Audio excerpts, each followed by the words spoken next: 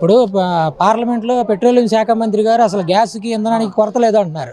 మరి కొరత లేనప్పుడు ఎప్పుడు ఇళ్ళకి వచ్చే బండలు ఇప్పుడు మేము ఎందుకు బండలు తీసుకుని ఇక్కడ రావాల్సిన పనులు మానేసుకుని ఆఫీసులు మానేసుకుని ఎందుకు రావాలి? అంతకు ముందులాగా ఎప్పుడు ఇళ్ళకి వచ్చినట్టే ప్రభుత్వం కరెక్ట్గా పనిచేస్తున్నట్టు.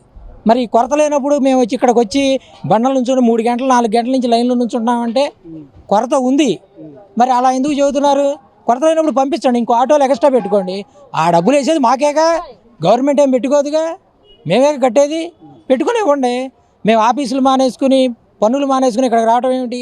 మరి గ్యాస్ పుష్కలంగా ఉంది, జనాలు ఆతృత తప్ప ఏం లేదు. ఒక కలెక్టర్ మంత్రులు చెప్తున్నారు. తీయండి మీరు ఇదంతా తీసి జనాలకి, మరి మీ కలెక్టర్ గారికి పంపిస్తారో, ఎంపీ గారికి పంపిస్తారో, ఎమ్మెల్యే గారికి పంపిస్తారో పంపించండి.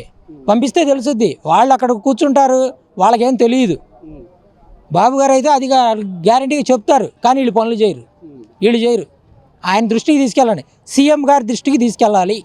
మీరు ఎప్పుడు బండి బుక్ చేశారు? నేను 6వ తారీఖు బుక్ చేశా. 6వ తారీఖు